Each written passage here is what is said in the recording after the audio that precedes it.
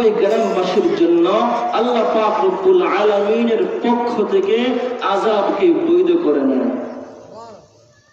সুবহানাল্লাহ বললেন, নাউযুবিল্লাহ বলবেন না। যে ব্যক্তি যারা যে এলাকায় সুদ খায়, আল্লাহ পাক রব্বুল আলামিনের আযাব ছিল না, কিন্তু যখন যে সুদ খাইলো, এই সুদের কারণে আল্লাহর পক্ষ থেকে আযাবটা বৈধ হয়ে যায়। আল্লাহ কোন আযাব দিব না, অনেক সুদের কারণে, এই ব্যক্তি সুদের কারণে আল্লাহর আযাবটা আসতে থাকে। নাউযুবিল্লাহ। দলিল মুসনাদ আহমদ হাদিস নং 17822 হাদিসের বর্ণনা।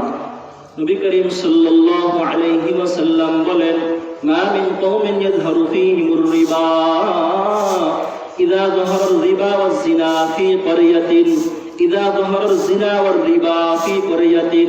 যখন কোন এলাকায়, কোন গ্রামে সুদ এবং জিনা বেড়ে যায়।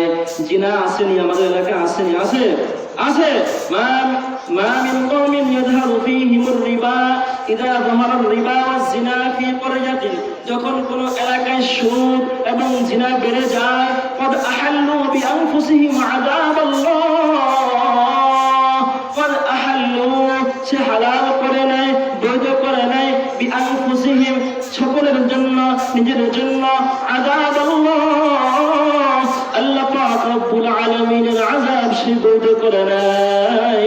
বুঝে থাকলে বলুন, যদি কোনো ব্যক্তি এই এলাকায় সুদ খায়, সকলকে যদি একজনে সুদ খায়, সকলে কি বলেন আল্লাহ আযাবের মধ্যে পড়বে কিনা বলেন? পড়বে। গেলে কয়টা? বলেন 5টা।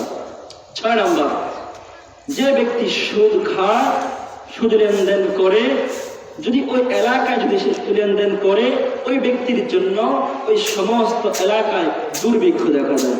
কি বলেন? দুর্ভিক্ষ দেখা যায়।